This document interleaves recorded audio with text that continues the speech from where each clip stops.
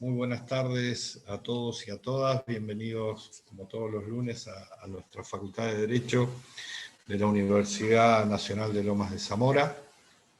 Les pedimos disculpas por la demora, pero tuvimos un problemita de sistema, de conexión, así que creemos que ya está solucionado. Esperemos que se desarrolle la actividad de la forma que habitualmente lo hacemos. Como todos los lunes, esta actividad también va a ser certificada por la Facultad de Derecho, así que a medida de que transcurra la actividad se va a compartir un link en el cual ustedes van a tener que entrar y completar. Dicho esto, le voy a ceder la palabra a la doctora Alicia Taliercio, nuestra directora en el Instituto de Derecho de Familia de la Facultad de Derecho, para que haga la presentación de nuestro disertante el día de la fecha. Alicia, buenas tardes. Buenas tardes a todos mis queridos que siempre están presentes, que me llenan el alma y cada vez somos más, me encanta, me encanta. Bueno, hoy tengo el honor de presentar a una persona que admiro mucho, es el doctor Jorge Walter López, juez de garantías del Juzgado de Garantía 1 de Lomas de Zamora, abogado, especialista en Derecho Penal, es el doctor. Es miembro del Frente Organizativo de Justicia y Derecho, miembro de la Red de Jueces Penales de la provincia de Buenos Aires, es un estudioso, es un investigador, es un gran disertante y especialmente un gran amigo. El tema con el cual hoy nos va a deleitar, y es un tema que tanto nos preocupa a mí personalmente como juez de familia, porque siempre ustedes saben que trabajamos en paralelo muchísimas veces, es el tema del incumplimiento de las medidas cautelares en violencia de género. ¿Y cuál es la actuación de un juzgado de garantías? Bueno, gracias Jorge, de corazón por estar. El auditorio es todo tuyo. Muchísimas gracias. Bueno, muchísimas gracias Alicia. Bueno, el honor es mío. La verdad que la admiración para Alicia, una gran jueza de familia que uno admira porque es un trabajo realmente notable el que llevan a cabo en familia también. Les agradezco, bueno, lo masivo de esto, la verdad que no me esperaba tanto. Les agradezco, buenas tardes, no los saludé. Así que, bueno, yo voy a compartir pantalla. Espero no hacer lío. La demora es porque me quedé sin internet en mi casa y ahora volvió, así que espero que esto se mantenga así. Así podemos estar conectados. A ver si podemos iniciar el PowerPoint de alguna manera. Sí, bueno, bien. Bueno, como dijo Alicia, el tema de los incumplimientos de las medidas cautelares. Primero yo quiero hacer como una especie de repaso de alguna manera para que nos situemos, porque así podemos ver cómo es la actuación de un juzgado de garantías, pero desde, primero, lo macro, de lo que es todo este andamiaje, de lo que es la violencia de género y la historia, para después sí ir a lo particular, que es precisamente nuestra actuación en el fuero penal. Bien, les voy contando cómo comienza esto. Este de acá, con pelo largo, medio cachetudo, soy yo, en el año 74, o sea, tenía 4 años, obviamente criado en el patriarcado, pero por suerte con un papá no tan machista. Pero sí, obviamente, lo muy normal para la época, digamos, un papá que trabajaba, ¿no? A la mañana, a la tarde, que venía a almorzar, la siesta, ¿no? No hacer ruido, no jugar, no nada, porque que no se despierte papá, que tiene que descansar y demás. Y después volvía a la noche, cenábamos y mirábamos algo en televisión y se terminó. Los fines de semana, los sábados, mi viejo también laburaba, así que mi mamá, ama de casa, también obviamente la historia del patriarcado ya venía de antes, porque mi mamá, una persona que tenía intenciones de haber hecho o magisterio o algo por el estilo, pero mi abuelo no quiso. Y lo peor de mi abuelo era que eran 5 hijas, así que esta cuestión se trasladó de ese lado. Pero mientras acá en el año 74 yo estaba en esta familia, ¿no? Con 2 hermanos, una hermana y un hermano, ¿qué pasaba en el resto del mundo? Yo digo que los que nacimos más o menos para esa época, venimos de las cenizas de una de las últimas revoluciones que yo creo importantes en cuanto a que no violentas, porque precisamente era algo que se basó más en la cuestión de la educación y lo que era la imaginación al poder, que era uno de los lemas del Mayo francés del 68. La primavera de Praga también del 68, por eso la foto es muy emblemática, ¿no? Esta mujer con una flor y del otro lado toda la violencia. Las bayonetas incluso, apuntándoles y demás. Esto es lo que lleva a la década del 70, o sea, este primigenio de la década del 60 y el final, lo que lleva a la década del 70 a un ingreso fuerte en empezar a repensar las cuestiones de la violencia, en ese caso la violencia contra la mujer, ¿sí? Era lo que se planteaba en ese momento. Por eso ustedes ven las fotos abajo, de ya en la década del 71, en Estados Unidos, todas cuestiones que empiezan a ser en el mundo, sobre todo el mundo anglosajón, empieza a rever estas cuestiones de la violencia contra las mujeres en este momento y pone en crisis 2 cuestiones que hasta ese momento no se discutían, que eran precisamente esta que se llamó la doctrina de las esferas separadas. Esto quiere decir que lo público era de los hombres y lo privado era de las mujeres. Cuando hablamos de lo privado era precisamente ese ideal de domesticidad, o sea, estar en la casa, criar a los hijos, cocinar, limpiar, y los hombres eran los que se desempeñaban en lo público.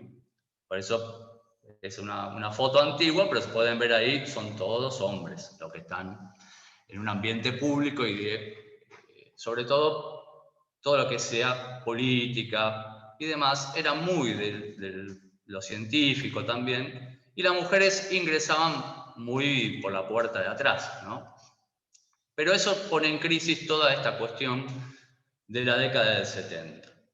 A partir de esto, que nosotros empezamos a ver y que empezamos a entender cómo va cambiando, hablamos de 50 años atrás, ¿no? Empezamos a ver todo un cambio. ¿Y por qué yo me detengo en esta cuestión de las mujeres? Porque fíjense que cuando empieza a visualizarse esto, se hace primero sobre una teoría de la sexualidad, sobre una teoría y solo mujeres, o sea, las dos cosas, ¿no? Primero ingresamos por la parte de los abusos sexuales y la cuestión de las mujeres propiamente, y no se hablaba de otras cuestiones relacionadas con otros géneros. O sea, en ese momento no se hablaba de género, sino seguíamos con una cuestión binaria. Entonces, ¿qué tenemos? Por un lado, que la criminología empieza a entender que se empieza a hablar de una aproximación criminológica sobre el tema de una multidisciplina, que entiende que esto no solo se puede trabajar desde lo jurídico, sino también desde todas las órdenes de la vida, como también qué pasa con la víctima y el victimario. Todo lo que era la delincuencia en sí. Eso trabaja sobre sí la criminología. Por el lado del Código Penal, por ejemplo, o lo que eran las leyes penales en ese momento, seguíamos con estereotipos. O sea, nuestro Código Penal, del año 1921, y si ustedes toman ese viejo código y la parte de los delitos sexuales, por ejemplo, está lo que era la mujer honesta. O sea, los abusos sexuales y demás, pero tenía que a su vez probarse que la mujer era honesta. ¿Y a qué llevaba esto? Totalmente un estereotipo. O sea, lo que se hablaba era que era una mujer inexperta sexualmente. Ahora, ¿de qué manera se probaba todo esto? Entonces ahí empiezan distintas teorías. Entonces, ¿qué se trataba? Era una mujer inexperta sexualmente, pero que no era totalmente inexperta, sino que no había tenido acceso a carnal. Entonces ya era todo un estereotipo de esto. ¿Y qué quedaban afuera? Todas aquellas mujeres que en ese momento se las consideraban como no honestas. O sea, prostitutas, pandilleras. O sea, toda esta cuestión quedaba afuera y no podían ser víctimas de abuso sexual, por ejemplo. No se tenía por ese lado. Después empieza el tema de la victimología, un estudio de la victimología que es emergente a todo esto y más allá del derecho penal, que es otra de las cuestiones que también se empieza a cruzar con la criminología en esa década del 70 y principios de los 80. Ahora, cuando se plantea esta cuestión del patriarcado como categoría política, o sea, que empieza a discutirse la cuestión del patriarcado, también, como hablábamos de esta cuestión de solo mujeres, tenemos un tema que acá también se cruzaban las mujeres y otras identidades de género. O sea, hasta ese momento era los cisgénero, o sea, lo que es mujer en este caso, y se separaba del otro, de cualquier tipo de otro género. O sea, no tenían nada que ver. Eso se planteaba en esa época, ¿sí? Entonces, cuando nosotros hablamos sobre esto, cómo se fue cambiando toda esta cuestión y cómo va llegando, vamos viendo que esta cuestión de cómo se fueron armando después la diversidad de género, cómo fue también una cuestión que de un patriarcado a las mujeres y después se termina hablando sobre géneros o interseccionalidad. Empieza a hablarse de raza, de sexo, de cuestiones de educación y empieza a armarse ya algo distinto, que es esta cuestión de entender que no es solo mujeres, sino que es género y diversidad de género y la violencia de género relacionada no solo a mujeres, sino a un colectivo en sí. Bien, ahora, esto como para tener una vista histórica de cómo fuimos pasando por etapas, ¿no? de la violencia contra la mujer, desde una cuestión sexual, después ya más ampliada, a partir de la criminología y la victimología. Y ahora sí vamos a lo que es en sí la violencia de género como una perspectiva de género que tenemos que entender. Y este iceberg de la violencia de género nos demuestra cómo hay una cuestión que queda bien marcada en lo no visible o en lo sutil, que es lo que no vemos habitualmente. Y que incluso aquella víctima de violencia de género también lo termina como asimilando a algo normal, si se quiere. Entonces, todas estas cuestiones que ustedes están viendo, que quedan por debajo, ¿no?, de lo que sería el iceberg, que es lo que va llevando a cómo van las acciones para la violencia, a después llegar, sí, a cuestiones que encuentra al derecho penal o al fuero penal, ya con algo que vino en una escalada anterior que no se fue viendo. Entonces, a partir de esto, ustedes ven que hay un trabajo que habla sobre la victimización oculta, que es esto de lo que no vemos, lo que nosotros, y que no hay políticas públicas, no hay un déficit del control penal, la misma víctima tiene esa falta de conciencia sobre esto, de lo que está pasando. No hay estadísticas sobre lo que pasa, salvo que se manifieste, ¿sí? Si no, estas estadísticas no están. Todo esto, que es algo invisible, pero que pasa y que lo vemos habitualmente, de golpe se nos pone enfrente, creo yo, a lo que es las políticas públicas, al Poder Judicial.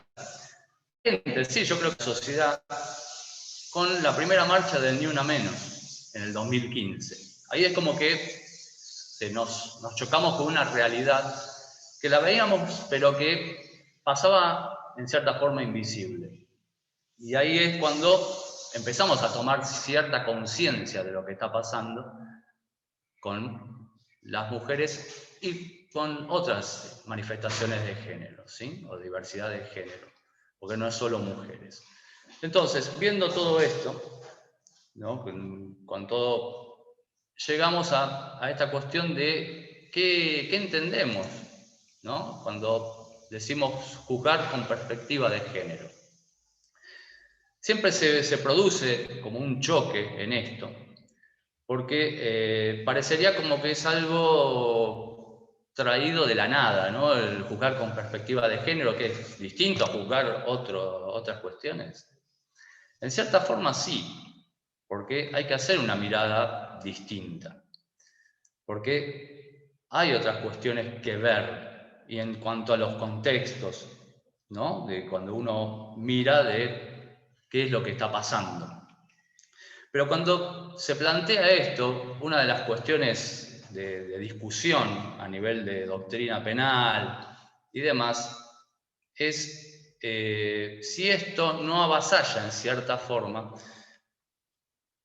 principios constitucionales o principios de derecho penal, que ya son lo más fuerte que uno entiende. Es como que, bueno, pero si se juzga en forma desigual, ¿no? Al imputado de género como a un imputado de otro delito, estamos haciendo como una discriminación. Entonces, es una discusión que se empieza a plantear, bueno, pero ¿de dónde surge esto del juzgar con perspectiva de género? ¿De dónde? Yo, fuero penal, me agarro, ¿no? Bueno, de todo esto que ustedes están viendo. O sea, cuando uno dice, bueno, ¿cómo juzgamos con perspectiva de género? ¿En qué estamos normativamente parados? Fíjense todo lo que tenemos, ¿no? Normativamente. ¿Y cuánto de esto es constitucional? Porque son convenciones a las que Argentina adhirió. Y estas convenciones están asimiladas a nuestra Constitución, o sea, tienen la misma calidad, ¿no? La misma forma de norma como cuestión primaria. Entonces, claro, cuando uno ve todo esto, dice, hay de dónde tomar para hacer la perspectiva de género. Entonces, ustedes están viendo ahí, por ejemplo, la primera de todas, la CEDAW, ¿no? Como año 79, o sea, no estamos hablando de muy pocos años, sino precisamente es como que se plasma a fines de la década de 70 un documento que nos lleva a todo ese recorrido histórico que yo les planteé antes. Y tenemos de ahí donde empezar a ver que, si bien habla de mujeres, porque si ustedes lo ven, tanto eso como Belén do Pará, siempre se habla de mujer, pero después vamos a hacer todo un recorrido a entender que hablando de mujeres termina hablándose de otros géneros. Y todo esto de alguna forma está en forma conjunta. Por eso cuando uno habla y ve todo este andamiaje, ¿no? De convenciones, leyes, ¿cuáles se cruzan? ¿Cuántas se cruzan?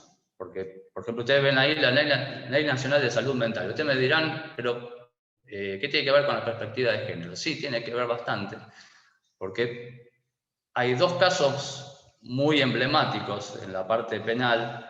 Yo los tengo por los nombres, Celina y Janina, son de la localidad de Derqui, donde se actuó con una de las mujeres que era discapacitada, estuvo 1 año presa por un delito de omisión, o sea, por no haber cuidado a su hija, porque su pareja era un violento y ella tenía una discapacidad, pero a su vez no tenía la capacidad de imponerse ante ese violento, y terminó presa precisamente por no haber hecho lo suficiente para que no la matara su pareja a su hija.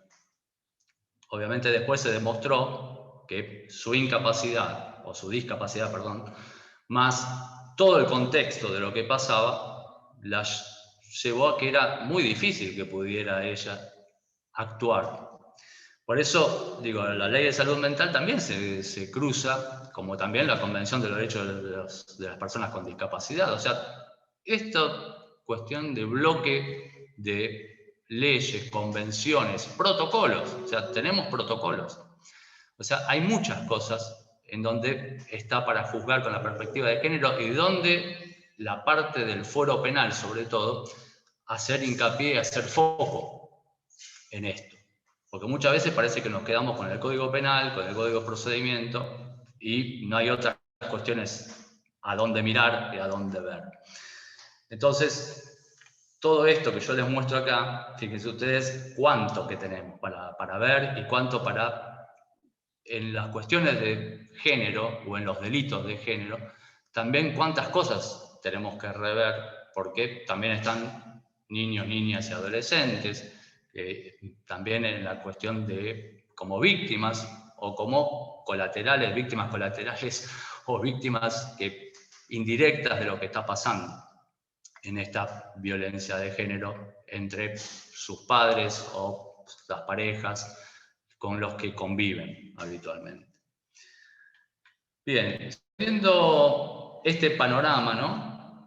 De decir, bueno, juzgamos con perspectiva de género, tenemos leyes, tenemos protocolos, tenemos todo. Bueno, ahora que ya tenemos todo el marco, ¿no? Lo macro, lo que ya vimos y lo demás, tenemos que hacer una mirada a cómo el fuero penal, o cómo nos enseñaron, ¿no? A los que hacemos penal, a entender a nuestro código penal, ¿no? Y esta de las subsunciones penales o los tipos penales. Parecería, por eso el gráfico de este cubo y figuras geométricas, ¿no? Como que todo tiene que encajar en forma perfecta en el tipo penal, si no, no hay delito. De cierta forma es así, ¿no? Porque tenemos los elementos objetivos, los elementos subjetivos, que lo vemos en la teoría del delito. Pero estamos sobre conductas humanas. Y la conducta humana es dinámica, va cambiando, los contextos van cambiando, y nuestras leyes se empiezan a quedar atrás. Por eso cuando veíamos el Código Penal y la parte de abusos sexuales que hablábamos, de honestidad de la mujer y demás, esto sí tuvo una nueva versión, que es el articulado actual de los delitos contra la libertad sexual, ¿no? Que tiene el código, que ya se llaman totalmente distinto a lo que era antes, que era la virtud, la honestidad. Ya no existe más eso, en buena hora. Pero todavía nos quedan muchos resabios de un código que cumple 100 años. Estos cambios que hemos visto, por lo menos, sí se adaptó en la parte de lo que fue el cambio en los femicidios. O sea, nuestro 80, en su inciso primero, fue el primero que cambió, ¿no? Cuando se hablaba de ascendiente, descendiente y cónyuge, a partir de la reforma ya se empieza a hablar de otros tipos de relaciones, ¿no? Entonces ya cambia, se hace más abarcativo, y fue la primera cuestión que cambió en nuestro código con respecto a los homicidios agravados que teníamos. Inciso primero. Después cambió también el inciso 11, que ya habla sí de lo que es el femicidio, pero el 12º, que es este 80 inciso 12, aparece algo novedoso, que es el femicidio vinculado. Entonces, ¿qué significa esto? El femicidio vinculado precisamente es aquel homicidio de otra persona para causarle sufrimiento a la pareja, ¿sí? Por ejemplo, matarle al hijo. O sea, aparece una nueva figura que habla sobre algo distinto a lo que se venía planteando. O sea, este de causar sufrimiento. Es el femicidio vinculado. Después, el 92, o sea, cuando se habla de lesiones, tenemos una nueva cuestión que es el artículo 92, que introduce la violencia de género en cierta forma, si bien no lo plantea así dicho como violencia de género, pero sí dice que todas esas lesiones leves, graves y gravísimas se van a remitir al 80, inciso primero, o sea, todo lo que sea ascendiente, descendiente, cónyuge y demás relaciones, y se van a agravar, van a tener una pena más grave, porque están relacionadas con esto. Ahora bien, ustedes me dirán, pero queda una interpretación en que sea sobre la violencia de género. Ahora, cuando hablamos de estos tipos penales, de lesiones, hay una cuestión que siempre nos sigue pasando por alto y que es muy difícil de determinar. Porque en el código, cuando uno habla de lesiones leves, por ejemplo, son delitos leves que se plantean por una cuestión de incapacidad laboral que no supere los 30 días. Ahora, si nosotros vamos a lo que es violencia de género, y el mismo artículo también de las lesiones, nos dicen afectación física o psíquica, ¿no? Tenemos que ver lo que también se afecta a la salud mental en estos delitos. Y ahí hay una incapacidad que puede ser recordada en 30 días.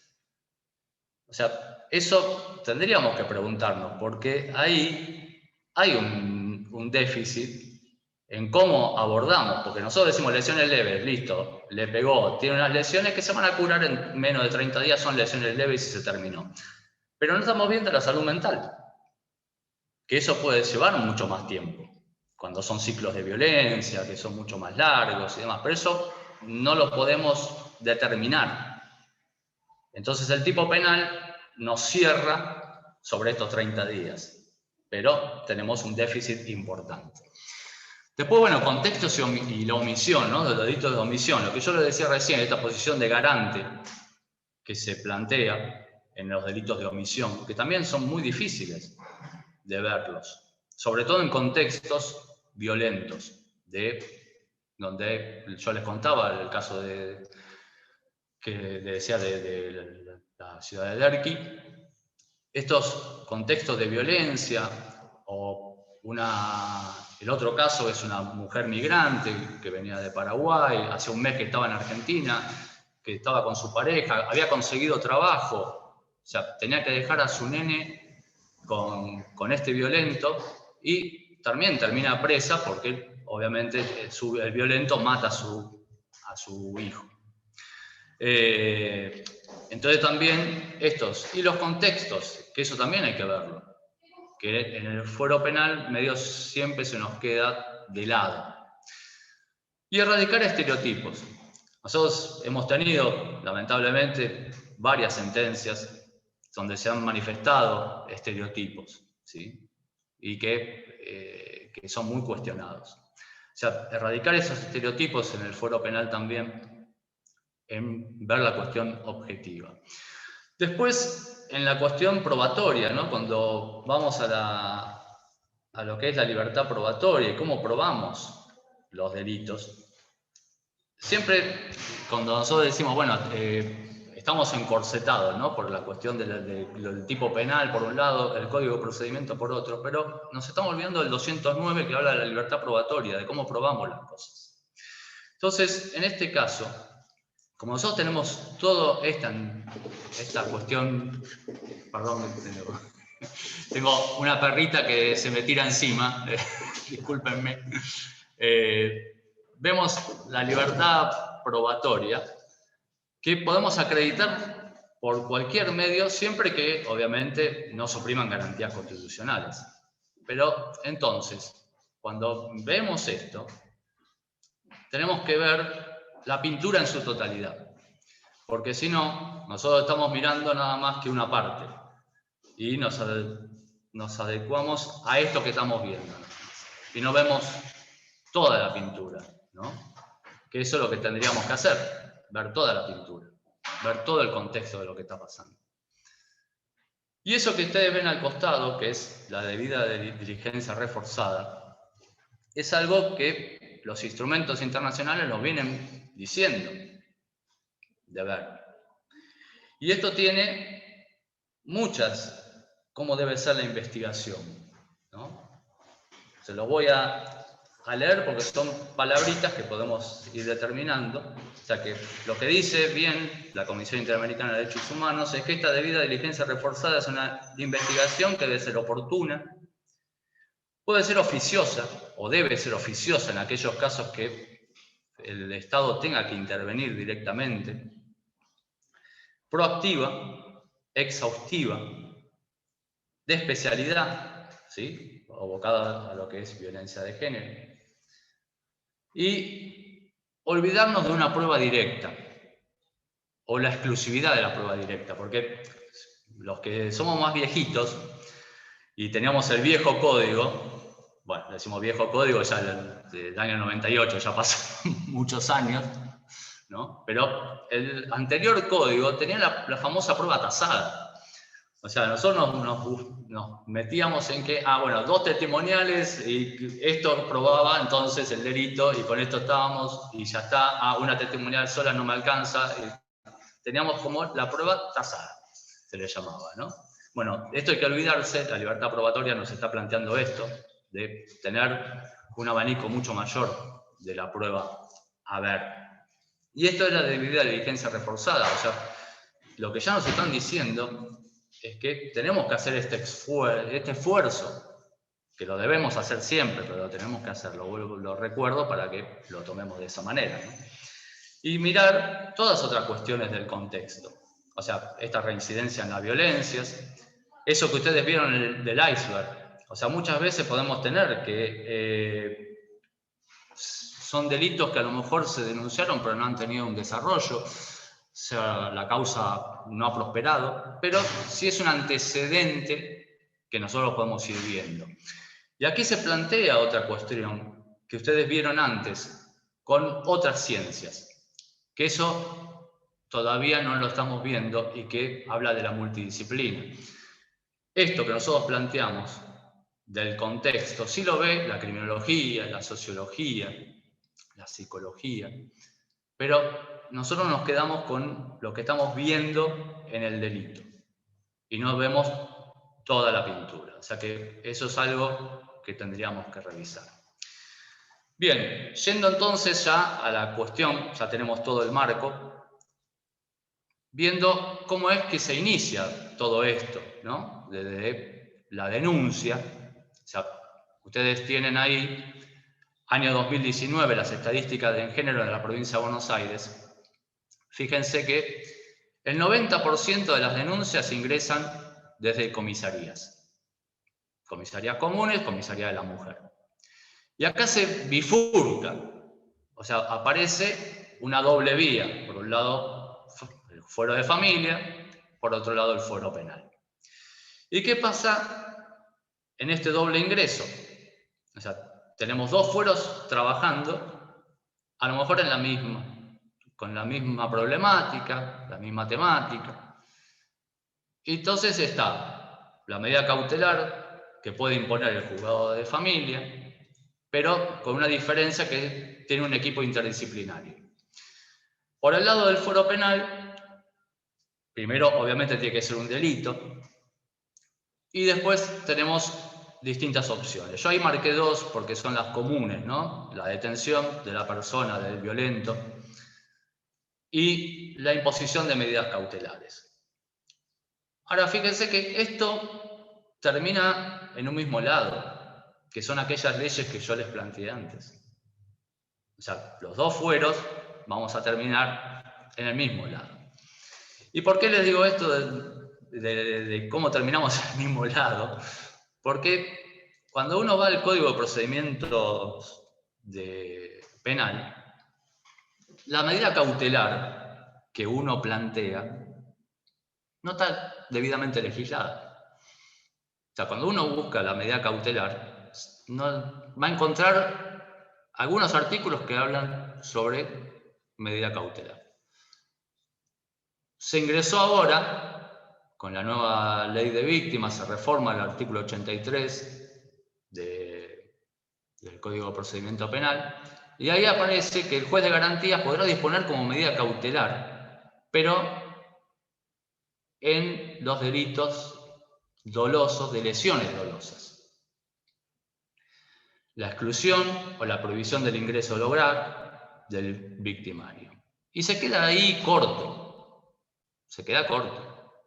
Se nos queda con esto, ¿no? Las lesiones dolosas, medida cautelar que puede pedir la víctima. Y después desaparece del Código de Procedimiento la medida cautelar, no está. Entonces, ¿a dónde vamos?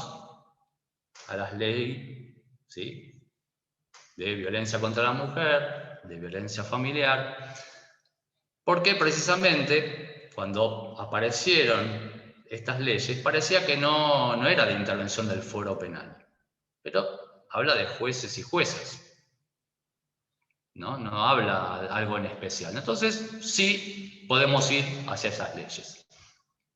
Ahora bien, esto que yo les planteo y las medidas cautelares que puede imponer familia, que podemos imponer nosotros, como en el fuero penal, y nosotras juezas de familia y juezas penales, se van hacia esas leyes. Pero ustedes fíjense en la parte penal, ¿no? Lo que pasa, hablando siempre de delitos leves.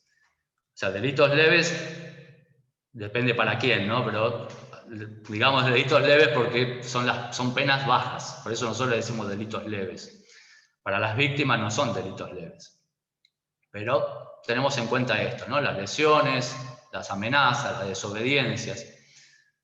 Son el 80% de lo que ingresó, por ejemplo, en el 2019, ingresaron 108.000 causas relacionadas con violencia de género, de las cuales es el 11% de la cantidad de causas iniciadas en la provincia, ¿sí?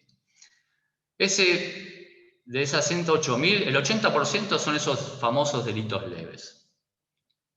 Pero fíjense ustedes que entre el 60 y el 70% terminó en archivo de ese cúmulo de causas que ingresaron. Entonces, viendo todo este panorama y viendo qué podemos imponer desde las medidas cautelares y de cómo las tomamos las medidas cautelares, vemos que nos vamos a las leyes, ¿no? La 12.569, la 14.407 que adhiere a la 26.485, que es una ley nacional. En la provincia de Buenos Aires adhiere, que es delitos contra de violencia contra la mujer. Y yo ahí les puse algunas de las cosas que nos marcan esto, ¿no? de estas leyes. Si ustedes van a las dos y a los artículos que yo les marco, van a ver que es bastante extensivo todo lo que uno puede hacer en esta medida cautelar. Y tenemos varias cosas que los juzgados de familia lo hacen más que los juzgados penales, ¿sí? O sea, son como más extensivos en el fuero de familia, en las cuestiones que imponen. Y en el fuero penal, digamos que como somos medios de tradición, es como que hay algunas cosas que todavía nos hacen ruido, ¿no? Como diciendo, bueno, nos estamos metiendo en la cuota alimentaria, el régimen, yo ahí puse régimen de visitas, terminología antigua, porque ya no es más así, pero es como que nos estamos metiendo en algo que parecería que no fuera nuestro fuero, sin embargo, la ley lo permite y lo podríamos hacer, sí. Ahora, yo planteo acá dos cuestiones. Vamos a ver, Alicia, después qué me dice, ¿no? Primero, una intervención en común con el equipo interdisciplinario. Yo estoy de turno 15 días con el juzgado y a la par tengo un juzgado de familia de turno. Lo propongo, ¿no? Podríamos ver, como a mí me falta el equipo interdisciplinario, ¿por qué no trabajarlo en forma conjunta? Porque en cierta manera va a estar relacionado lo que está pasando. Muchas veces, aquella causa penal ya viene con un antecedente de familia, que ya hubo una intervención de familia antes. Hay una medida cautelar dictada, no había delito hasta ese momento, entonces por eso no intervino un juzgado y una fiscalía penal. Pero acá cuando confluyen de cierta manera, si hubo un antecedente anterior de familia o el que yo tengo también está para darle intervención a familia, o le ingresó también la denuncia, porque estamos viendo que el canal es doble. ¿Por qué no plantearnos esto, de trabajar en conjunto? Y si planteamos esto, podríamos estar planteando una especie de multifuero. Y eso también es algo interesante de plantearlo. Hay algunas experiencias sobre esto, sobre todo en violencia de género, ¿sí? Donde se ha planteado armar un juzgado en violencia de género y que tenga esta doble vía ya en un multifuero. Esto de alguna manera nosotros lo hemos resuelto con las mesas interfueros. En Departamental Lomas nos hemos juntado con las juezas de familia, algún juez de familia también, y hemos empezado a trazar estas estrategias de cómo tener comunicación entre los dos fueros que antes estaban totalmente separados y que no sabían ni quiénes eran los jueces de un lado, la jueza del otro, jueza del fuero penal, jueza de familia, juez penal, juez de familia.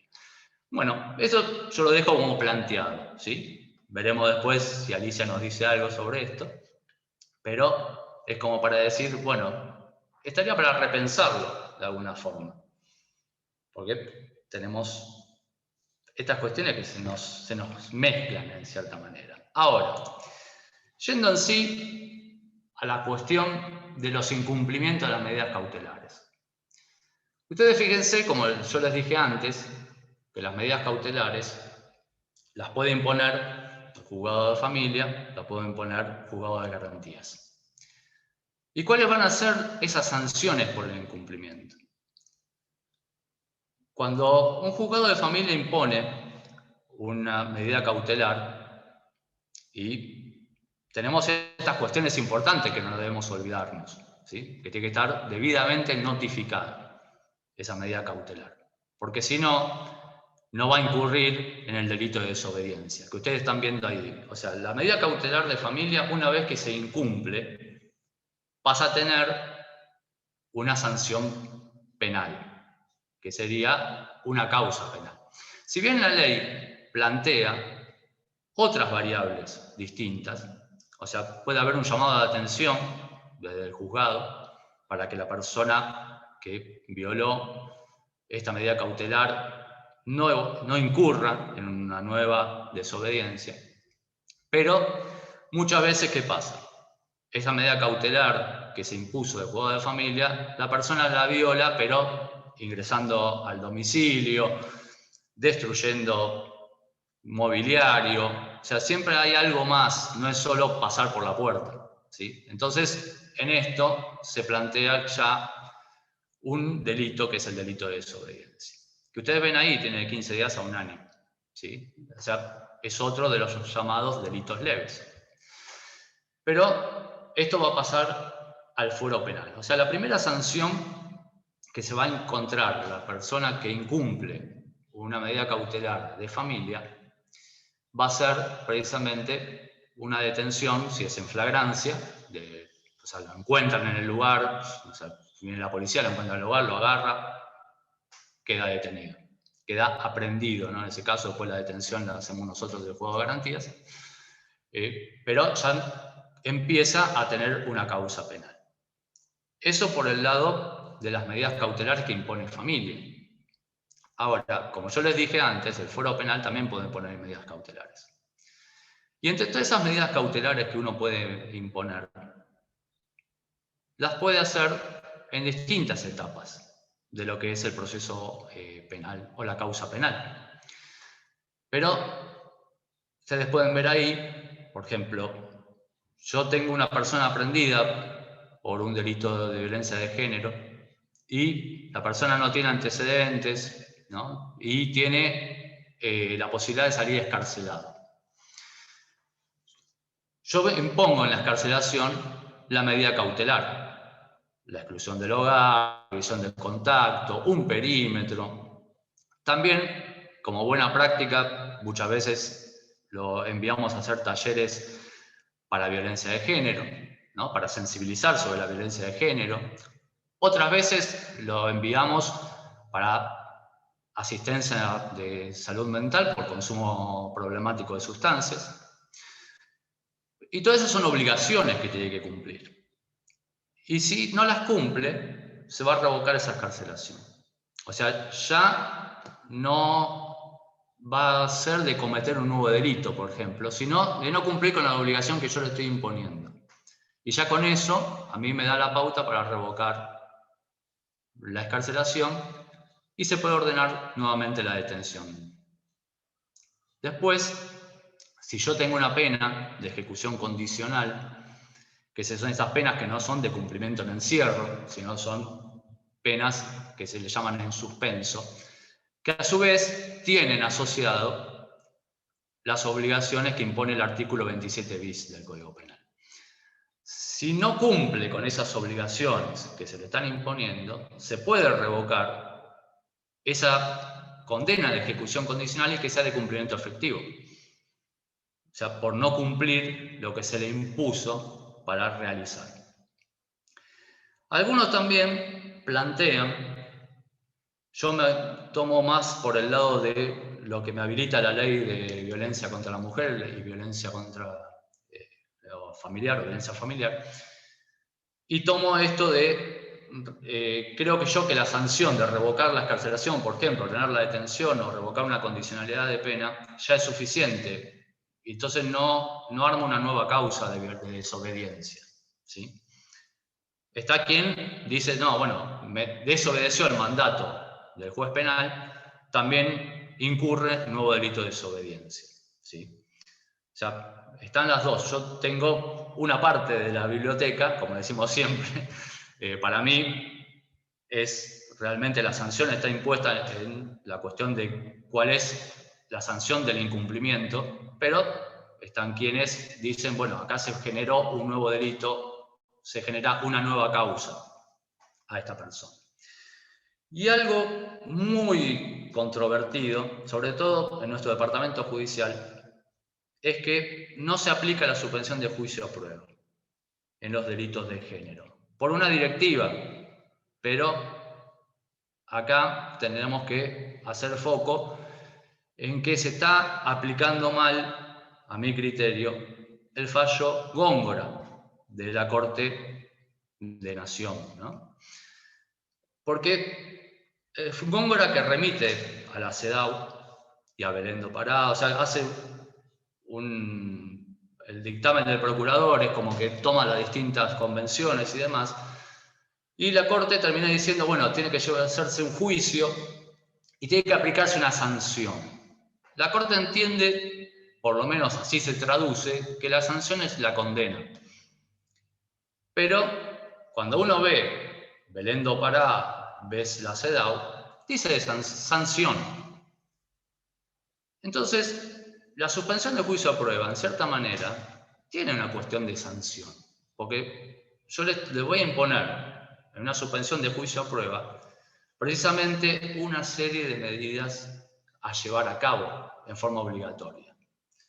Entonces, esto que se traduce en algo que me parece que en algunos casos sería más conveniente la suspensión de juicio a prueba y no que todo termine en condena sí o sí. Porque si todo termina en condena sí o sí, vamos a estar agravando mucho más las situaciones. Y se los explico por qué. Si tomamos no delitos graves o reiteración de delitos por parte de ese victimario, sino una denuncia que hasta ahora no ha tenido otros problemas en violencia de género contra su pareja y demás, y tenemos esto solo, y que la misma víctima, como la ley de víctimas ahora también nos traduce en esto de que la víctima tiene voz, que la tuvo siempre. O sea, yo soy muy crítico a la 15.232, que es la nueva ley de víctimas. De paso, me saco un poco las ganas en algunas cosas, porque cuando el año pasado Massa hablaba de que no aplicábamos la ley de víctimas y decía que el fuero penal, ¿no? se manejaba mal, incluso hay 5 jueces con pedido del jury, no existía la ley de víctimas a nivel provincial, porque había perdido estado parlamentario. O sea, la ley que existía, que a la que hablaba Massa, era nacional y no se aplicaba en la provincia de Buenos Aires, precisamente porque había perdido estado parlamentario la ley que adhería a la ley de víctimas. Entonces, ya ahí teníamos un primer error. Segundo error, la 15.232, que es una ley muy nueva, que es la ley de víctimas de principio de este año, yo la critico por 2 cuestiones. Primero, no me parece necesaria, porque ya existían muchas de estas cuestiones en las leyes, que yo les dije antes, en nuestro código, ya estaban. O sea que no era necesario volver a plantearlo. Y después, es una ley que como técnica legislativa es muy mala, se contradice todo el tiempo, no es clara y no dejó contento a nadie, salvo los legisladores. Porque en esta ley trabajó organizaciones civiles, trabajó una organización de víctimas, trabajó gente del INESIP, trabajó gente del colectivo Ni Una Menos, y nadie quedó conforme, porque de todos los proyectos que se armaron, no se respetó en lo que se plasmó. Entonces, yo en esto soy bastante crítico a esta ley de víctimas. Pero, ¿existe? Sí, existe, listo. Me tengo que callar la boca y decir, la víctima tiene voz. Y si la víctima tiene voz, entonces, cuando uno le pregunta y ve, ojo, porque la víctima de violencia de género también tiene ciertas condiciones a las que hay que ver, ¿sí? O sea, muchas veces hablamos del círculo de violencia, ¿no? Esta cuestión de la luna de miel, la tensión, la violencia, la luna de miel, o sea que es como un círculo y que vuelve la víctima, vuelve con el victimario, vuelven a vivir juntos, vuelve a pasar lo mismo y demás. O sea que tenemos que tenerlo esto en cuenta cuando hablamos con la víctima. Esa es otra de las cuestiones muy puntuales que tenemos que manejarnos en el fuero penal y saber que cuando se le pregunta a la víctima qué salida le parece la adecuada, tenemos que plantear en esto y escucharla, porque muchas veces esto de la condena sí o sí de violencia de género va a acarrear otros problemas muy importantes, que son si el victimario era aquel que sostenía a la familia, esta condena va a hacer que pierda el trabajo, porque ustedes ven que en los trabajos muchas veces se piden la reincidencia, el informe de reincidencia. Y si ustedes un informe de reincidencia con una condena contra otro que no tiene, el empleador yo creo que va a tomar aquel que no tiene condena. Pero esas otras cosas que las que tenemos que ir viendo en la parte penal, porque si no vamos a terminar siempre sobre lo mismo, y no todo es lo mismo. Pero, ojo, siempre con cuidado, porque tenemos que ver que esta víctima no esté coaccionada, tenga miedo, que los niveles de riesgo no sean altos, que entendamos que tenemos que hacer también un abordaje a la víctima en cuanto a estos talleres también para víctimas. Porque muchas veces pasa esto, que la víctima vuelve con el victimario, vuelve a pasar lo mismo y otra vez tenemos este círculo.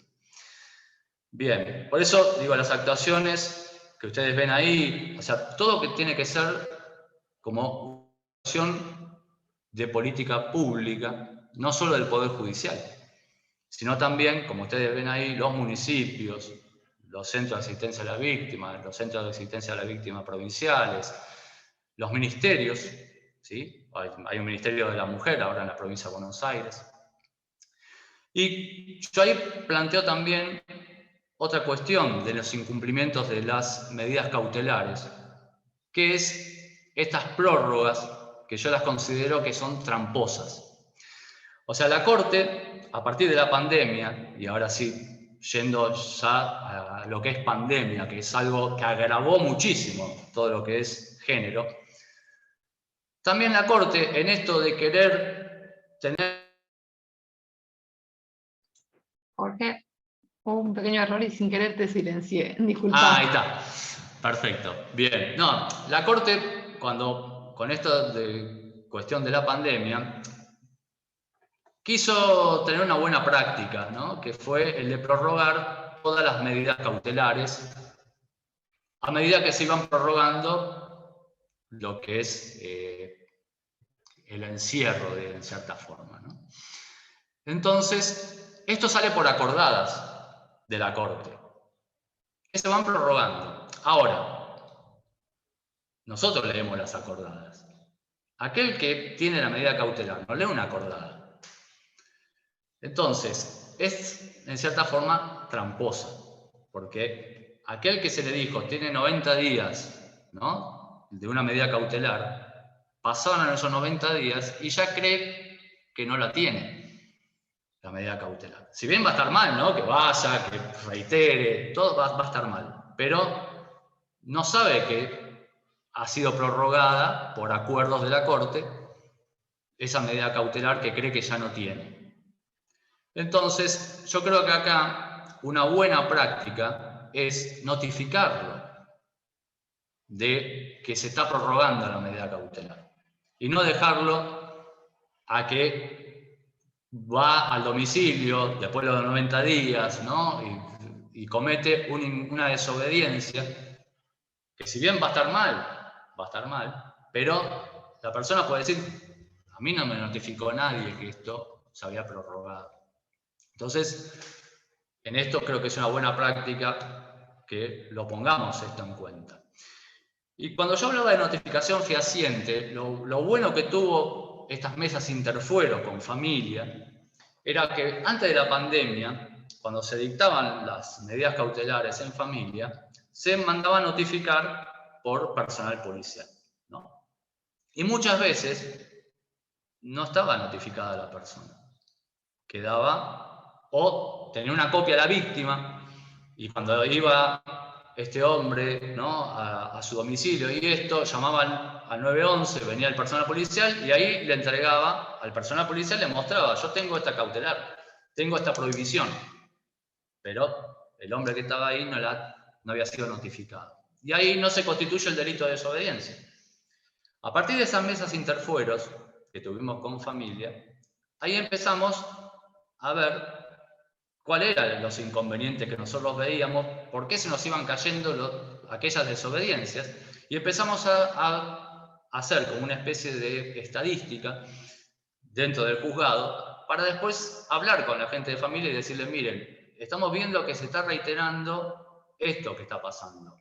¿Podrían notificar de otra forma? Que sea directo, que la persona ya sea notificada fehacientemente, que sepa lo que se le está notificando. Y esto ha mejorado muchísimo, porque si no, cuando nosotros lo teníamos aprendido, muchas veces estaba notificado, pero tampoco había entendido qué era la medida cautelar, porque eso también pasaba, que cuando venía la audiencia de flagrancia, en el momento de la excarcelación, cuando se le planteaba todo lo que le habían decía el juzgado de familia, la persona dice: no sé, a mí me entregaron este papel, me hicieron firmar en la comisaría y listo. Y no sé ni qué firmé, me decían que firme acá, firmé y me fui. Entonces, esto ha mejorado mucho, mucho. Y sobre todo, ahora es mucho más fácil en esto. Así que esto de las sanciones por incumplimiento de las medidas cautelares nos lleva a todas estas cuestiones que fuimos viendo y que tenemos que repensar, por lo menos desde el fuero penal, que es a lo que yo me tengo que abocar, ¿no?, porque para familia está Alicia, y que ella puede dar su mirada de todo esto a lo que yo estoy planteando. El tema del fuero penal en sí, esta cuestión del incumplimiento, nos acarrean todas estas cuestiones. ¿Qué podemos hacer nosotros con esta persona y cuáles fueron las buenas prácticas que llevamos a cabo de estas personas que incumplían? Hemos tenido muy buenos resultados en el juzgado con estos de los talleres de violencia de género. O sea, nosotros intervenimos como departamento judicial. Yo estoy en la cabecera, o sea, Lomas de Zamora y Almirante Brown. En Lomas de Zamora nosotros trabajamos con el municipio de Lomas, taller de género y cultura del municipio. Y en Brown todavía no hemos podido con el municipio lograr una buena articulación. Entonces lo trabajamos con el Patronato de Liberados y el taller de por buenas masculinidades que tiene el patronato. Y ahí derivamos a estas personas imputadas como una obligación dentro de las obligaciones que se le pueden imponer al momento de la excarcelación. ¿Sí? Entonces, esto nos lleva a tener que estar todo el tiempo supervisando, porque esa es otra de las cuestiones que tenemos que tener bien en claro. Hay que supervisar todo lo que uno está imponiendo desde el Poder Judicial. No dejarlo al arbitrio de lo que piensa la persona, porque necesita siempre un refuerzo. ¿Sí? Un refuerzo de saber que el juzgado está, que la fiscalía está, que la defensoría está, y que se le va recordando las cosas. O sea, nuestra población es muy vulnerable, estamos en un cordón muy difícil del conurbano.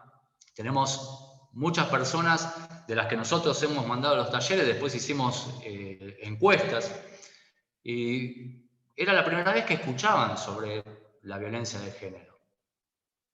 O sea, no lo tenían para nada. O sea, todo esto que nosotros vimos, ¿no? El Ni Una Menos y las marchas, era como que para ellos no pasaba, no existía. Y recién era cuando hacían los talleres. Está Jorge Caruso también, que bueno, el taller que tienen en la facultad, seguro también le debe pasar lo mismo, ¿no? Cuando ingresan y cuando salen del taller. Es otra cosa. Entonces, eso es otra buena práctica que hay que tener en cuenta. Así que creo yo que acá tendríamos algo que sí me faltó decirles y que también es otra de las cuestiones que tendríamos que repensar en el fuero penal. Es las medidas cautelares que nosotros imponemos, hacerlas saber a los establecimientos educativos. Porque muchas veces la medida cautelar es también sobre los hijos o las hijas que tiene ese matrimonio o esa pareja. Y si al colegio uno no le avisa, el imputado puede ir al colegio y a lo mejor retirarlo. Y en realidad tiene una medida cautelar dictada.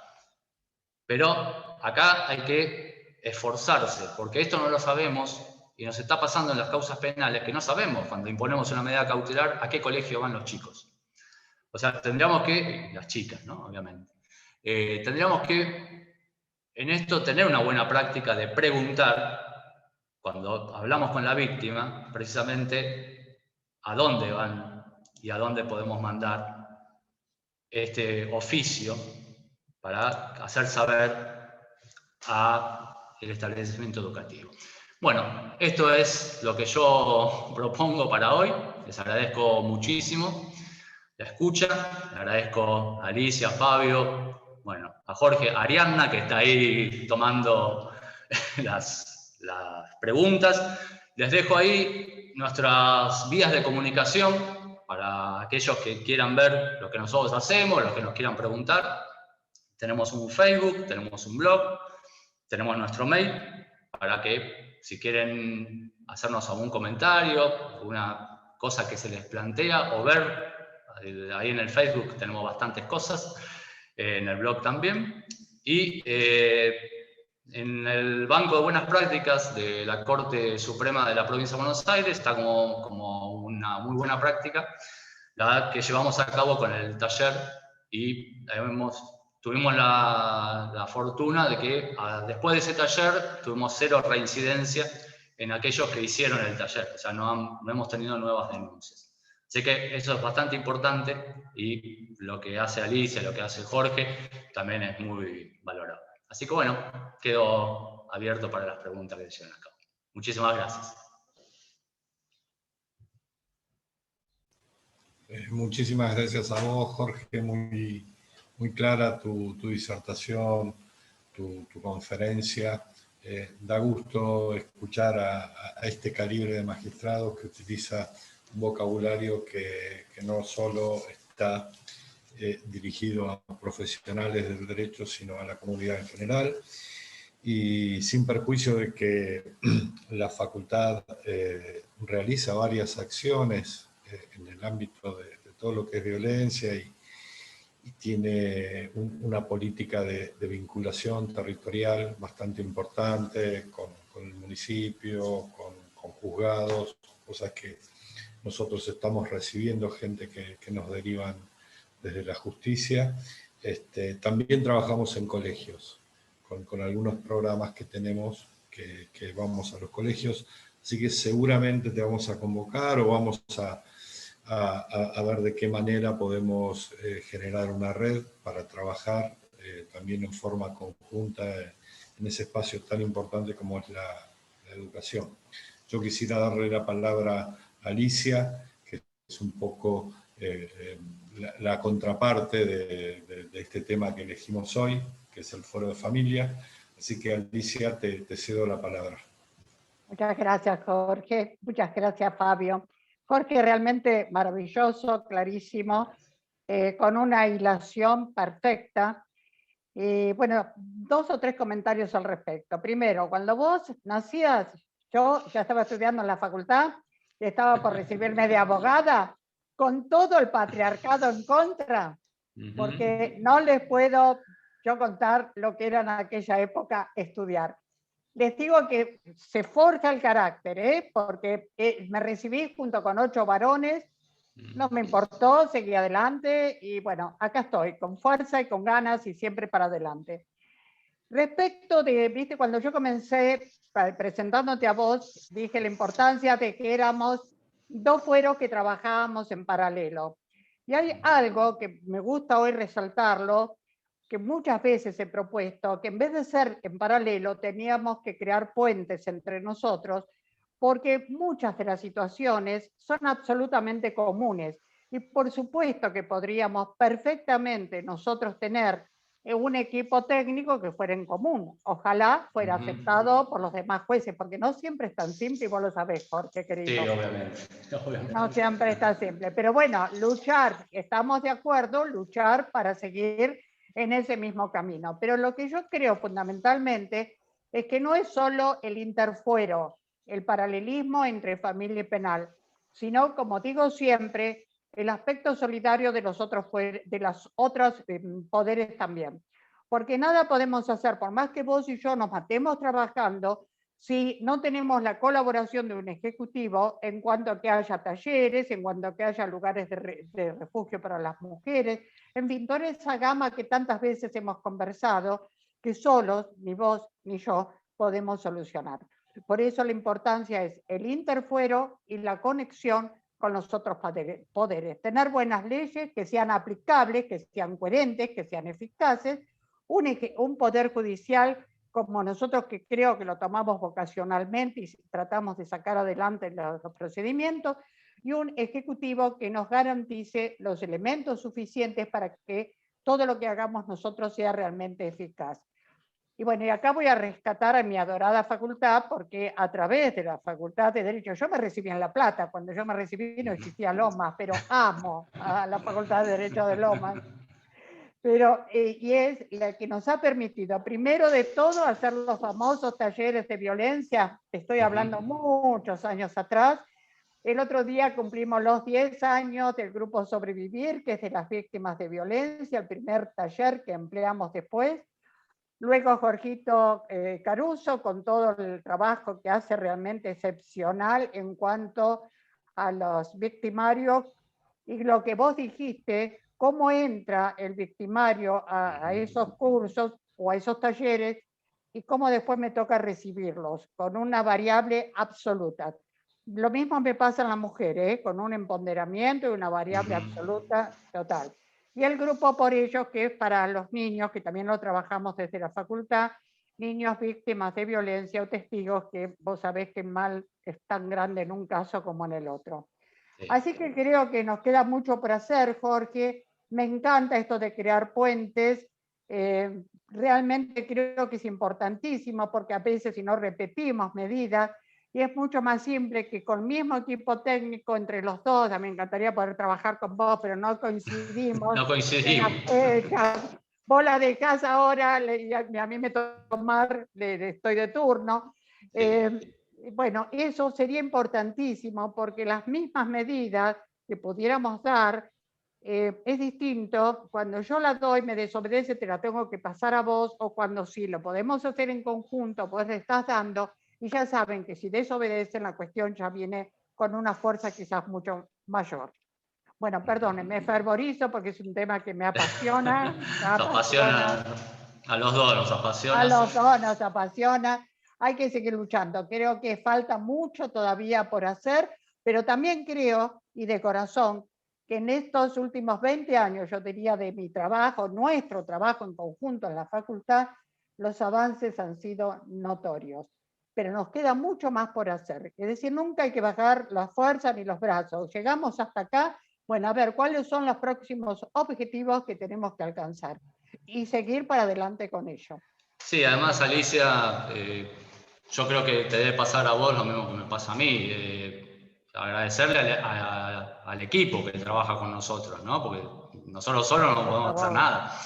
O sea que el tema de equipo que tenemos, o sea, yo tengo gente que está muy capacitada en esto de género, obviamente me supera y ampliamente, porque yo, como le dije, vengo del patriarcado y me encuentro con gente más joven que ya tiene otra mirada de todo esto, así que les agradezco muchísimo que muchas veces me corrigen, me dicen, no, esto no estaría bien. Así que por eso, creo que los equipos son importantes para nosotros, así que también un agradecimiento.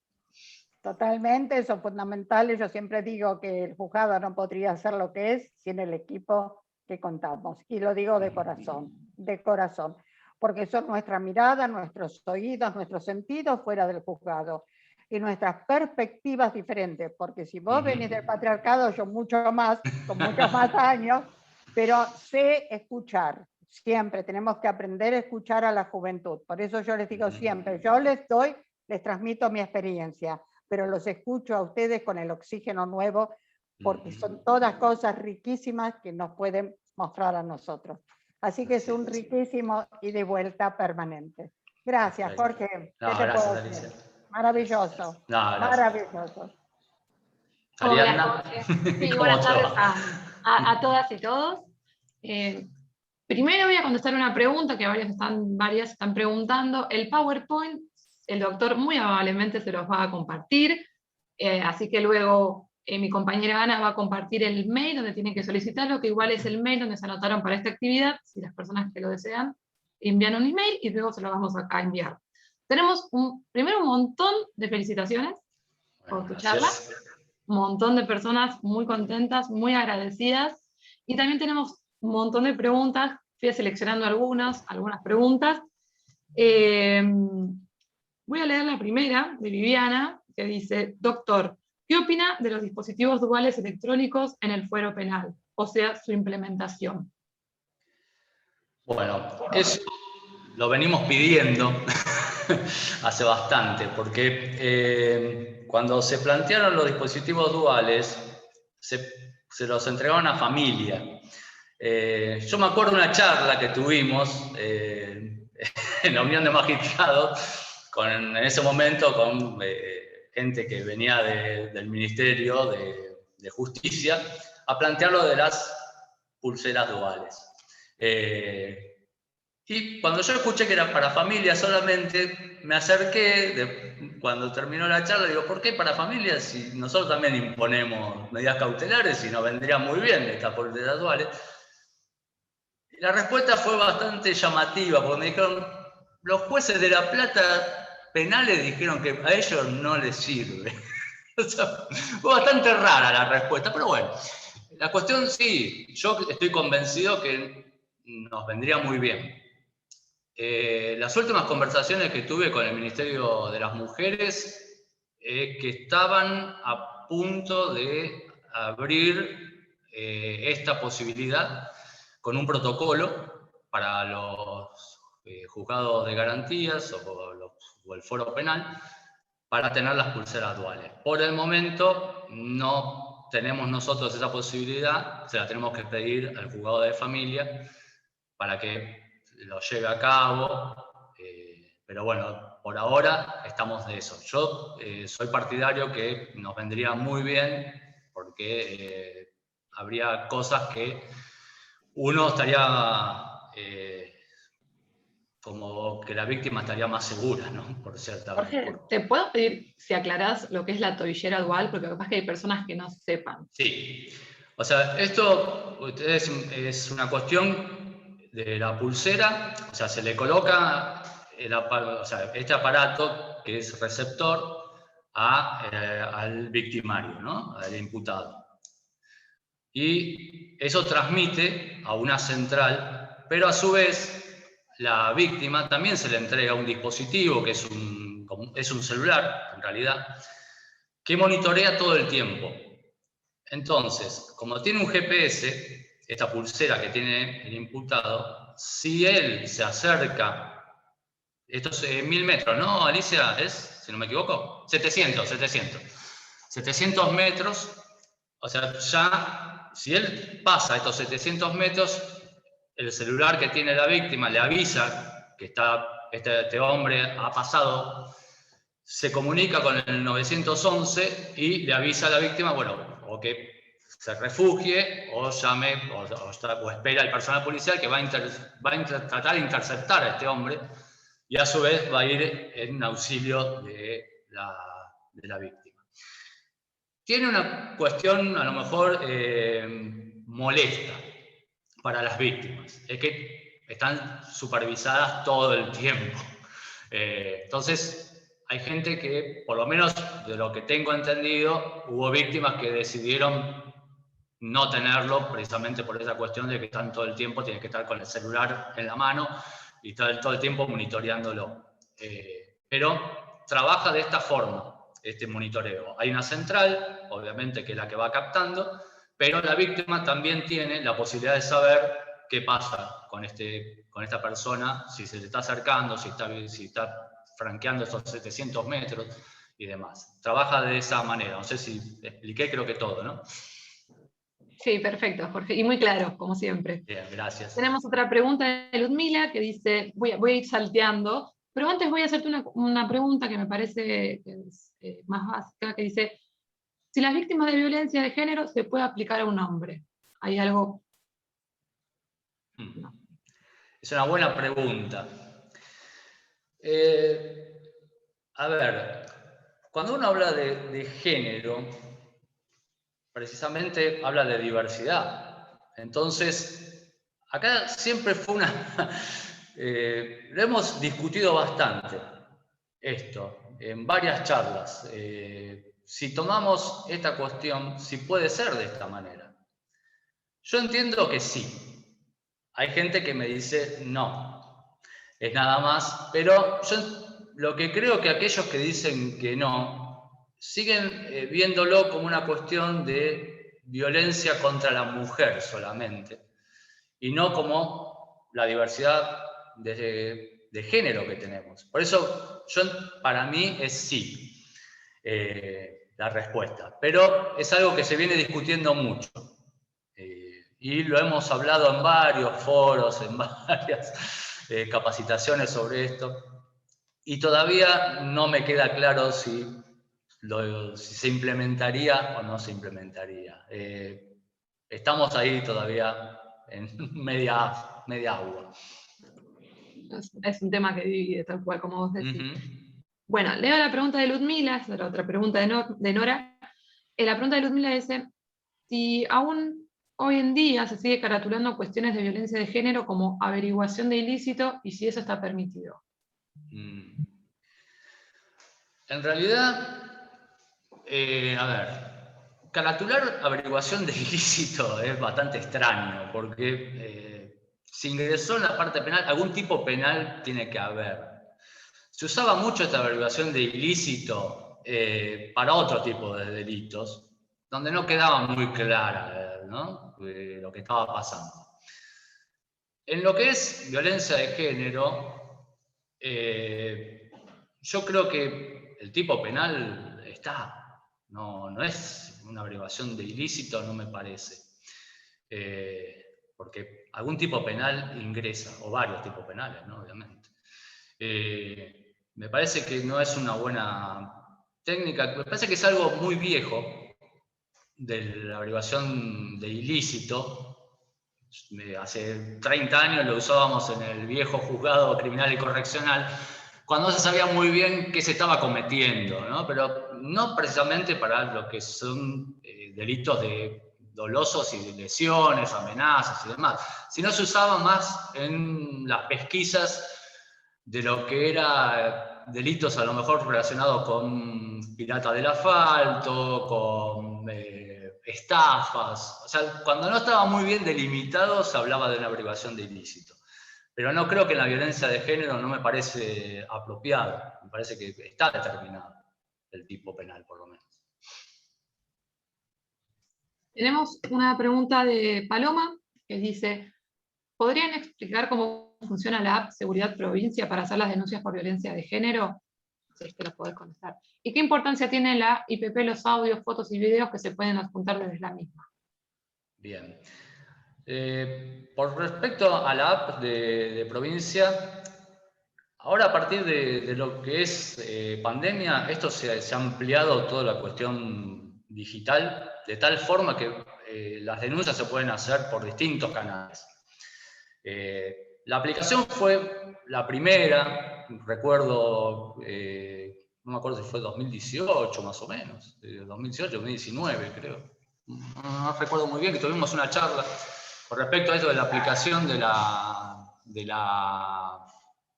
la aplicación precisamente de provincia y que tenía algunos inconvenientes que nosotros habíamos visto que no estaban bien. Pero a partir de la pandemia, del COVID, es como que ahora los canales son muchos. O sea, no es solo la aplicación, ahora ustedes tienen los mails de las fiscalías para hacer las denuncias, lo pueden hacer directamente, o sea que no habría, no es solo la aplicación, pueden de distintas formas llegar a poder hacer las denuncias. Eso por lo menos por el tema de la aplicación. Ariadna, repetime la segunda que me olvidé. Sí, aguárdame que la rastreo. Una era la aplicación y ahora la segunda. El tema de las fotos. Sí, sí, perdón. Sí, bueno, como ustedes vieron ahí, la libertad probatoria. O sea, ustedes pueden, o sea, aquella persona que hace la denuncia, obviamente, puede proponer estas pruebas y plantearlas de alguna manera. Por ejemplo, nosotros tenemos en esto que muchas, o sea, redes sociales, obviamente, a partir de pandemia mucho más, de todo lo que es violencia de género y familiar se explotó, ¿no? Con el encierro. Yo le contaba a Alicia antes de que ingresaran ustedes al Zoom que tenemos más delitos de violencia de género y familiar que cualquier otro tipo de delito. Entonces, en esto, claro, el tema de las redes sociales hace que una persona haga la denuncia y nos aporte, por ejemplo, las capturas de pantallas, los videos que puede tomar con su celular, las cámaras de seguridad, las cámaras que tienen la gente en sus domicilios, en forma privada. O sea, todo eso sirve, porque esta libertad probatoria nos sirve, todo esto, para conformar lo que va a ser después la prueba para determinar la cuestión del delito. Así que sí, no hay ningún inconveniente en ir o con las fotos o con los videos, se lo aportan a la fiscalía, que es la que interviene, ¿no? Tenemos un montón de preguntas. Voy a hacer 2 preguntas más, así no nos extendemos tanto, porque ya hace casi 1 hora y 20 que estamos en la charla, igual somos un montón de personas que estamos conectadas. Una pregunta de Corina, quisiera saber dónde debe denunciar la víctima el incumplimiento del régimen perimetral por parte del victimario y si debe volver a denunciar cada vez que éste viola tal perímetro. La denuncia, en esos casos, lo puede hacer comisaría o fiscalía. Incluso si ya está dispuesta la medida cautelar, por ejemplo, que ya intervino un juzgado o una fiscalía, lo puede hacer también a la fiscalía que ya intervino, porque en realidad está incumpliendo la medida cautelar que impuso un juez de garantías. O sea que va a pedir entonces, si es carcelado, va a pedir que le revoquen la excarcelación y volverlo a detener. O sea, muchas veces se hace una nueva denuncia, que se va a juntar. Si la otra, acá, a ver, para que me entiendan, hay cuestiones procesales en el medio, para que quede claro. Si, por ejemplo, ya se hizo la denuncia, ¿no? Y ya la causa tuvo un cierre, de alguna manera, hay que volver a hacer una nueva denuncia, ¿sí? Porque, por ejemplo, si este imputado, como yo le decía antes, ya tuvo una sentencia y cumplida esto, vuelve a ingresar a la casa y demás, y sigue estando vigente, va a tener que hacer una nueva denuncia porque se armó una nueva causa, porque aquella ya está terminada con una sentencia firme. Si la causa está en trámite, puede hacerlo ante la misma fiscalía que ya estaba interviniendo. Y eso no habría inconveniente también. Porque si la causa está en trámite, se va a juntar esta nueva denuncia a la anterior. O sea, va a haber una cuestión de competencia, salvo que estén en momentos distintos procesales. Que uno ya esté elevado a juicio, entonces ahí sí va a ser distinto, va a tener que hacer una nueva denuncia y ahí va a intervenir de vuelta un juzgado de garantías como el mío, y porque la otra ya está en juicio y demás, y no se va a poder agregar hasta que no tenga el mismo estado procesal. No sé si quedó claro, es medio engorroso para aquellos que no son de abogados y abogadas entender la cuestión procesal. Pero bueno, para eso estamos, para explicarlo de alguna manera. También quiero darles un aviso que la charla está siendo grabada y a partir de la semana que viene la van a poder encontrar en nuestro canal oficial, que es Derecho Oficial UNLZ en YouTube. Así que bueno, capaz que algunos conceptos o bueno, cuestiones que hablan medias colgadas las pueden refrescar a partir de la semana que viene. Una pregunta que viene también a colación dice, ¿la denuncia puede ser realizada por un familiar o amigo de la víctima? ¿Las denuncias en caso de violencia? Sí, lo puede hacer. Pasa que lo que va a ser seguro es citar a la víctima en sí, ¿no? A la que se va a querer escuchar es a la víctima. Lo puede hacer cualquier persona, pero sí se va a necesitar que la víctima, sobre todo porque seguimos con cuestiones de delito de instancia privada. ¿Qué significa esto? Que si el denunciante, ¿no? O la denunciante no insta la acción, por ejemplo, las lesiones leves son de instancia privada. O sea, necesita que la víctima diga que sí quiere que se accione para que se ponga en marcha el fuero penal en esto, ¿no? Entonces vamos a necesitar sí o sí que la víctima diga. Ahí se nos choca, en cierta forma, con la debida diligencia reforzada, porque precisamente nos plantea un principio de oficialidad. Pero nuestro código plantea esto y hay una colisión, en cierta forma, entre las normas. Muchas veces se ha hecho en forma de mantener cuestiones a nivel oficial, ¿sí? Pero también algo que creo que yo no dije en la charla, cuando hablé sobre la suspensión de juicio a prueba y el tema de la condena sí o sí en la violencia de género, yo también planteo ahí que si no escuchamos a la víctima, estaríamos suplantando, en cierta, ¿no? Digámoslo en forma medio alegórica, pero suplantando la violencia que ejerce el imputado por una violencia del Estado que no está escuchando a la víctima y la lleva a una solución que a lo mejor no era la que quería la víctima. Entonces, me parece que en eso sí tenemos que ser precavidos y la denuncia la puede hacer cualquiera, pero sí necesitamos que la víctima declare, eso seguro, precisamente por todas estas cuestiones.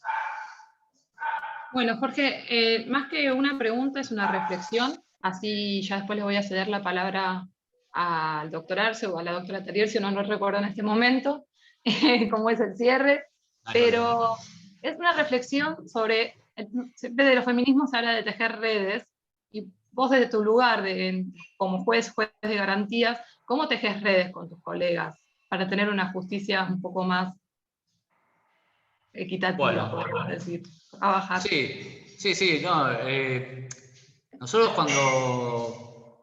cuando llevamos a cabo la buena práctica con el taller de género y cultura, se puso a disposición primero de todos los jueces y juezas departamentales de lo que es el foro penal, sobre todo el juzgado de garantías, y después, una vez que ingresó a la buena práctica, al banco de buenas prácticas de la Corte, está a disposición de todo el Poder Judicial de la provincia de Buenos Aires. Incluso, piensen ustedes que esta buena práctica que llevamos a cabo, yo la expuse en el Congreso Iberoamericano en La Plata en el 2018. Y me la pidieron países latinoamericanos y europeos, que me llamó la atención porque el taller de género y cultura y demás está tomado en cierta manera de un proyecto de Barcelona, de España. Sin embargo, de otra ciudad española como Vigo, de la Universidad de Vigo, me lo pidieron. O sea que parecería que no hay tampoco estas redes tejidas en España, por ejemplo. Pero bueno, se ha pedido en otros países latinoamericanos y demás. Otras cosas que yo salí a buscar fue también el tema de los centros de atención a la víctima, los centros de atención a justicia, ¿no? Los CAJ, los CABAJ, ponerme a disposición y poder tener esto, de tener lugares, como dice Alicia, no solo el Poder Judicial, sino que esto es que estén todos los poderes, para poder dar algún tipo de estructura. Porque si no, solo con lo que hacemos en el Poder Judicial nos va a alcanzar. Y necesitamos no solo leyes, porque tenemos las mejores leyes del mundo, pero si esto no se puede llevar a la práctica, no va a servir para nada. Entonces sí, tejer redes todo el tiempo. Por eso esto de la mesa interfueros, esto que planteábamos con Alicia, tener esta empatía en el juzgado, por ejemplo, que nosotros a partir de siempre, pero bueno, ahora la ley de víctima nos obliga todavía más de lo que ya nos obligaba antes, pero nosotros notificamos en forma personal tanto al imputado como a la víctima de lo que estamos haciendo. Y eso lo hicimos desde siempre. Entonces, ahora mucho más fácil porque se nos aportan teléfonos, antes era más complicado. Pero ahora lo podemos llevar a cabo mucho más fácil, incluso con un mail que nos aporta la víctima, le mandamos la resolución. O sea que puede tener todo a la vista y cuanto más transparente, mucho mejor es esto. O sea que todo esto siempre estamos tejiendo redes. Y me parece que a eso apunta no sé si la pregunta o por lo menos el pensamiento, pero sí, es lo que nos guía, creo que tanto a Alicia, a mí y a otros jueces y juezas, tanto del Foro de Familia como del Foro Penal. Sí, era más bien una reflexión. La verdad que te agradezco, Jorge. No. Muchísimas gracias. Le voy a ceder la palabra a la doctora Taliercio para que nos anuncie la actividad la semana que viene y luego lo voy a dejar al doctor Arce para que haga el cierre de la actividad. Muchas gracias. Gracias, Ariadna. Bueno, nuevamente, muchas gracias, Jorge, realmente clarísimo. Y son charlas que darían para estar varias horas, porque realmente muy rico todo y para muchos intercambios. Quedan muchas cosas todavía por decir y me encantó la charla. Bueno, como hago todos los lunes, aparte de agradecerle al disertante, vamos a ir anunciando a quién va a estar el próximo lunes. Es el doctor Esteban Matías Gutiérrez Dalla Fontana, que es abogado, doctor en Ciencias Jurídicas de la Universidad Católica de Santa Fe. Bueno, y muchos más títulos que ya les voy a decir el próximo lunes, pero lo que me interesa es el tema que va a aportar, que son Las tareas del derecho de familia con las nuevas formas de convivencia. Señores, las nuevas formas de convivencia, las nuevas formas familiares, nos llevan a un replanteo general de cuáles son las tareas que se deben realizar, cuáles son los procedimientos que tenemos que aplicar y si son exactamente iguales, porque recuerden siempre lo que yo les digo, que la verdadera igualdad es respetar las diferencias. Entonces, en base a esto, vamos a ver en este disertante, que es extraordinario, estuve con él hace muy poquito en un congreso internacional, hace unos días, y realmente muy didáctico, y van a ver cómo perfila todas estas tareas en todas las que son nuevas formas familiares. Nada más de mi parte, muchísimas gracias a todos y cada uno por estar acá, que como siempre ustedes saben, me producen una alegría al fondo de mi corazón. Gracias. Muchísimas gracias, Alicia, muchísimas gracias, Jorge. Gracias a todos y todas las que participaron en esta actividad. Sé que ustedes lunes a lunes van fortaleciendo este espacio y me parece que desde acá es una palanca también de apoyo para seguir trabajando toda la problemática, no solo del derecho de familia, sino de un tema tan triste como es la violencia. Así que nos estamos viendo el lunes que viene a las 16 horas. Ya va a salir en las redes oficiales la difusión de la actividad y les recordamos que el material que nos mostró el doctor López se encuentra a disposición de ustedes en la Secretaría. Así que vamos a dar por terminada esta actividad. Muy buenas tardes para todos y para todas.